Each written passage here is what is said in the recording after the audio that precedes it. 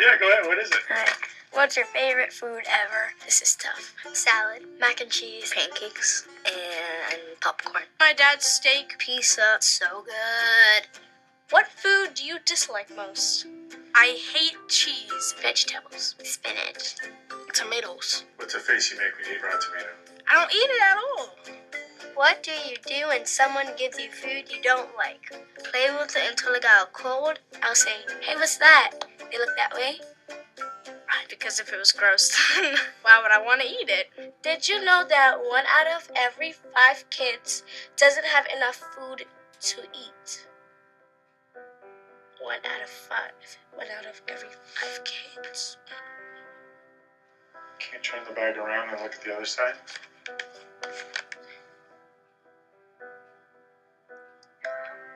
Oh.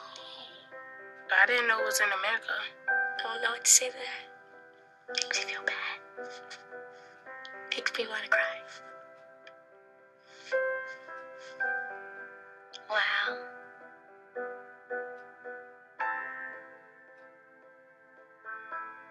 That's a lot of kids. It's kind of unfair because some people have too much stuff and some people have too little. For me, I always get to eat lunch. And if that's a meal that I'm missing, I would feel very disappointed. Makes me feel like, what are we going to do to fix this? What is something we can do to help fight hunger together? So over there we have a wall with tons of ideas, and we want to add your idea to the wall. Kid could think, oh, that's not possible, or oh, I'm too young to do this. But it is possible, and you're not too young to do it. Donate money as much as I can. Make Thanksgiving every day. We should all get a group and try to find the foods that would be easiest to give. And we can take the food to homes where they don't have food. That's a small way to have a big effect. Post videos about children not being able to eat. Everyone brings canned food, and they build a big fort. And then they donate all the canned food. And then they can have everything for free. If there was a machine that could make food, my machine would change it to 0 to 5 kids being hungry. The tiniest ripples make the biggest waves. If all the kids in the world got together and did something big, they could impact. All right, that was a pretty powerful video, and I used that to introduce the Advisor Challenge, that we are collecting food by advisor. This is going to be non-perishable food items by advisor. It's going to start right now, and it's going to end on Wednesday, December 20th. There's going to be prizes.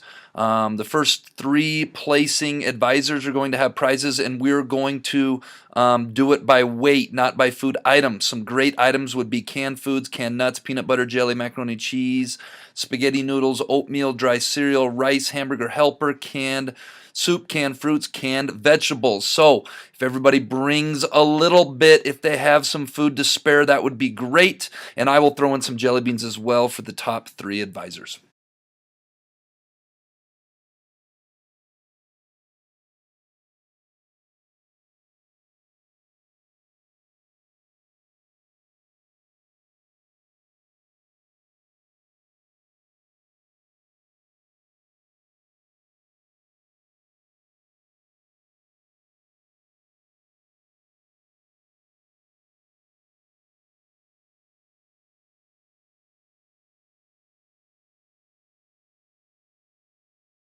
Frog is a cold-blooded animal, and humans are warm-blooded, so our body burns energy or perspires to maintain the same 98.6 degrees.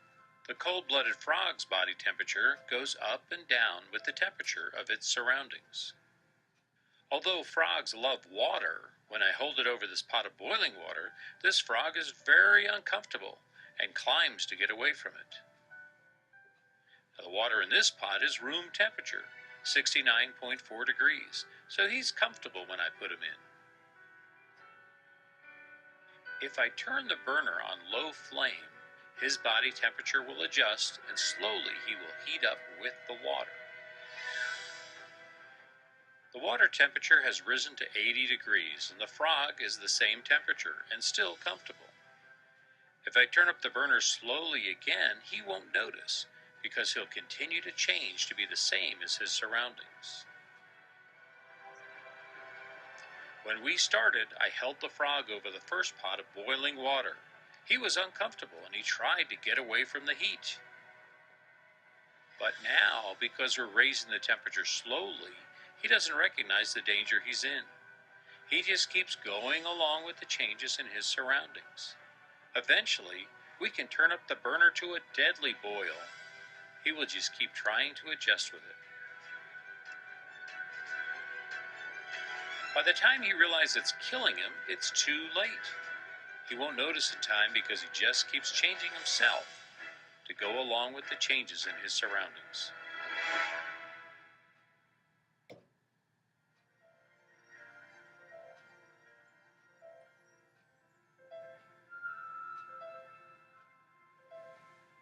All right, this B.O.B lesson is going to be titled, Are You a Boiling Frog?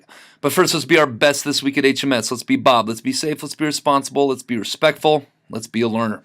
All right, on today's B.O.B lesson, going to talk about habits and how important habits are in our everyday life. We habitually become what we do. All right, on today's B.O.B lesson, I'm going to talk about habits and going to compare how middle school students and human beings in general become a frog in boiling water. This is a metaphor that I'm going to use, and what I'm really trying to hit on today is we do things, we make decisions every day, and we rationalize why it's okay, but over time it slowly starts to build. So today's first example is you could be a boiling frog if you consistently miss a day, a week, or more of school and rationalize it by saying something like, it's just one day of school, I can make it up tomorrow. One day of school we miss, okay, probably not a huge deal, but when it consistently becomes 1 day, 2 days the following week, 1 day the following week, and then 3 days the following week, and we add all those days up of learning we are missing, becomes very substantial. When you get to high school next year, there is a cap on how many days you can miss, and if you miss so many days more than that, you simply do not get credit. So we got to get in the habit now. I know it's just 1 day, and we tell ourselves it's just 1 day, and then that becomes our new norm, and that becomes a new habit that we have. Next slide. You could be a boiling frog if you consistently don't do all of your schoolwork, and you may rationalize this as, I do most of my work. I understand the concepts. I don't actually have to go through the steps of doing it. Well, there's a reason that your teachers have you go through those steps and do that work to try it on, see where we get, see what we don't get, make corrections, make adjustments. Teachers need to know what you're understanding and what you're not doing. But so much of life is being industrious. That means having a work ethic, accomplishing something, achieving something. So if you consistently don't achieve all of your workload, you're gradually going to fail. When you get a job someday, you don't get to pick and choose and do 70% of your job. If you only do 70% of your job, you're going to be looking for a new job because you're going to get fired someday. All of the missing work that we do, it gradually adds up and it can sink us down. All right, the last slide is you could be a boiling frog if you consistently aren't getting enough sleep, exercise, eating healthy food, getting self-care, all of those lifestyle things. And you may rationalize it as, I can stay up late tonight and I'll catch up on my sleep another time. Well, you stay up late tonight and then you're dragging the next day and you're not performing as best as you could.